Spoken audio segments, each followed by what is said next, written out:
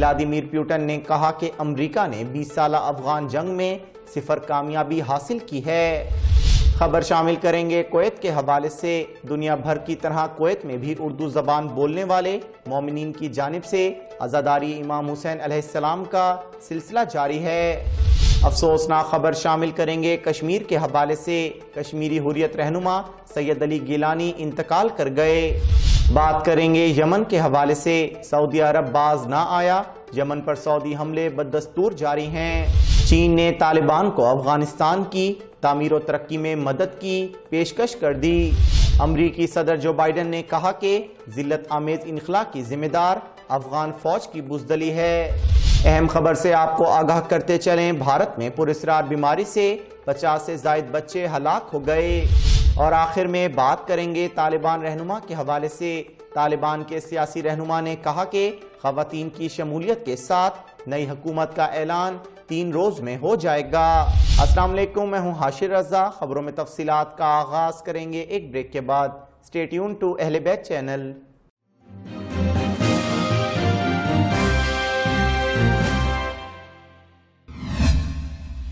Welcome back to i14 news. خبروں میں تفصیلات کا آغاز کریں گے اور سب سے پہلے ہم بات کریں گے روسی صدر ولادیمیر پیوٹن کے حوالے سے۔ ولادیمیر پیوٹن نے کہا کہ امریکہ نے 20 سالہ افغان جنگ میں 0 کامیابی حاصل کی ہے۔ روسی صدر ولادیمیر پیوٹن نے کہا کہ 20 سالہ افغان جنگ امریکہ اور افغان عوام کے لیے سراسر سانحات اور نقصانات کا باعث بنی ہے۔ روس کے صدر ولادیمیر پیوٹن نے کہا کہ امریکہ نے افغان جنگ میں 0 کامیابی حاصل کی ہے۔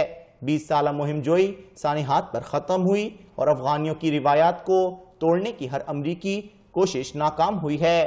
روسی صدر نے مزید کہا کہ باہر سے کوئی بھی چیز مسلط کرنے کے نتائج اچھے ثابت نہیں ہوتے اور تاریخ بتاتی ہے کہ بالخصوص افغانستان میں تو یہ نتائج 0 نکلتے ہیں۔ خبر شامل کریں گے کویت کے حوالے سے۔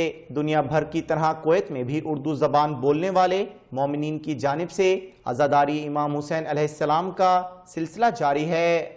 دنیا بھر کی طرح کویت میں بھی محرم الحرام کے آغاز سے ہی متعدد مقامات پر انتہائی عقیدت و احترام کے ساتھ مجالس عزا کا باقاعدہ آغاز ہو جاتا ہے، جن میں برصغیر پاک و ہند کے مومنین بھرپور انداز میں عزاداری نواسہ رسول صلی اللہ علیہ وآلہ وسلم کا اہتمام کرتے ہیں، جن میں کرونا SOPs کا خصوصی خیال رکھا جاتا ہے۔ منظم عزاداری کا بڑا پروگرام مسجد امام علی ابن ابی طالب العمریہ میں منعقد ہوئی۔ کویت کی مسجد علی ابن ابی طالب العمریہ میں منعقدہ مجالس سے مولانا صادق امین جعفری خطاب کر رہے ہیں۔ افسوسناک خبر شامل کریں گے کشمیر کے حوالے سے۔ کشمیری حریت رہنما سید علی گیلانی انتقال کر گئے۔ تحریک آزادی کشمیر کی توانا آواز سمجھے جانے والے حریت رہنما سید علی گیلانی 92 سال کی عمر میں وفات پا گئے۔ حریت کانفرنس کے سابق ترجمان شیخ عبد المتین نے سید علی گیلانی کے انتقال کی تصدیق کرتے ہوئے کہا کہ تحریک آزادی کشمیر کے بانی رہنما اب ہم میں نہیں رہے، وہ آج شام اپنے گھر میں رحلت پا گئے ہیں۔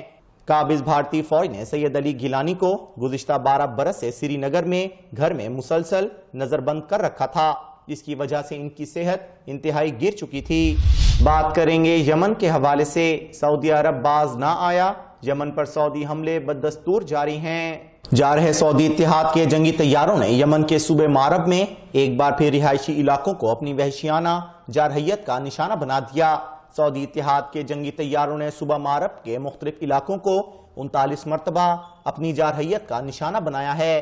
اس رپورٹ کے مطابق سعودی اتحاد کے جنگی طیاروں کی جارحیت کے ممکنہ نقصانات کے بارے میں ابھی کوئی رپورٹ نہیں ملی ہے۔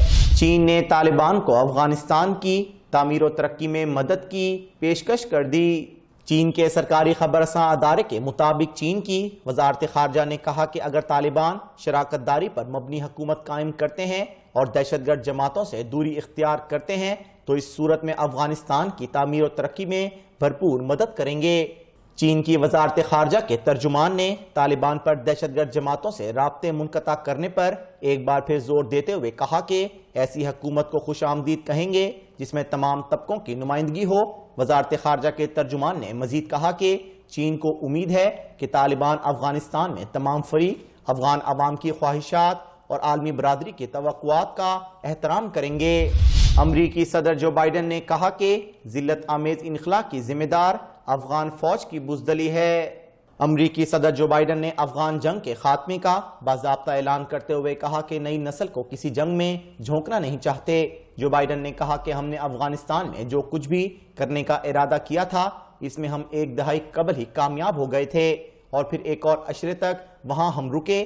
افغانستان میں ہر روز تقریباً $30 کروڑ کا خرچ آتا ہے اور اب وقت آ چکا تھا کہ وہاں سے نکلا جائے۔ میں نے افغانستان میں ایک اور دہائی کی جنگ چھیڑنے سے انکار کر دیا۔ امریکی عوام سے کیے گئے وعدے کے مطابق اب افغانستان میں جنگ کا خاتمہ ہو چکا ہے۔ اہم خبر سے آپ کو آگاہ کرتے چلیں، بھارت میں پراسرار بیماری سے 50 سے زائد بچے ہلاک ہو گئے۔ بھارت کی شمالی ریاست کے مختلف اضلاع میں 50 سے زائد بچے پراسرار بیماری کی وجہ سے جان کی بازی ہار گئے۔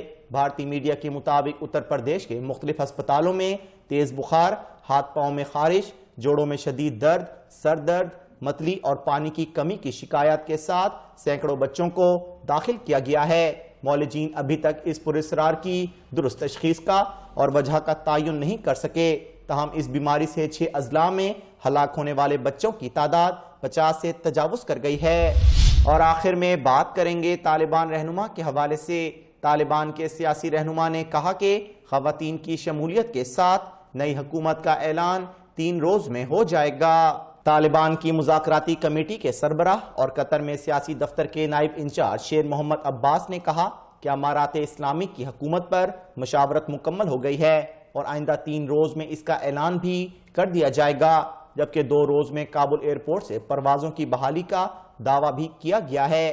شیر محمد عباس نے بتایا کہ کابل میں حامد کرزئی انٹرنیشنل ایئرپورٹ کی بحالی اور مرمت پر 25 سے 30 ملین ڈالر خرچہ ہوگا، جس میں قطر اور ترکی مدد کریں گے۔ ایئرپورٹ 2 دن میں فنکشنل ہو جائے گا، جس کے بعد صرف قانونی دستاویزات کے حامل افراد کو ملک سے باہر جانے کی اجازت ہوگی۔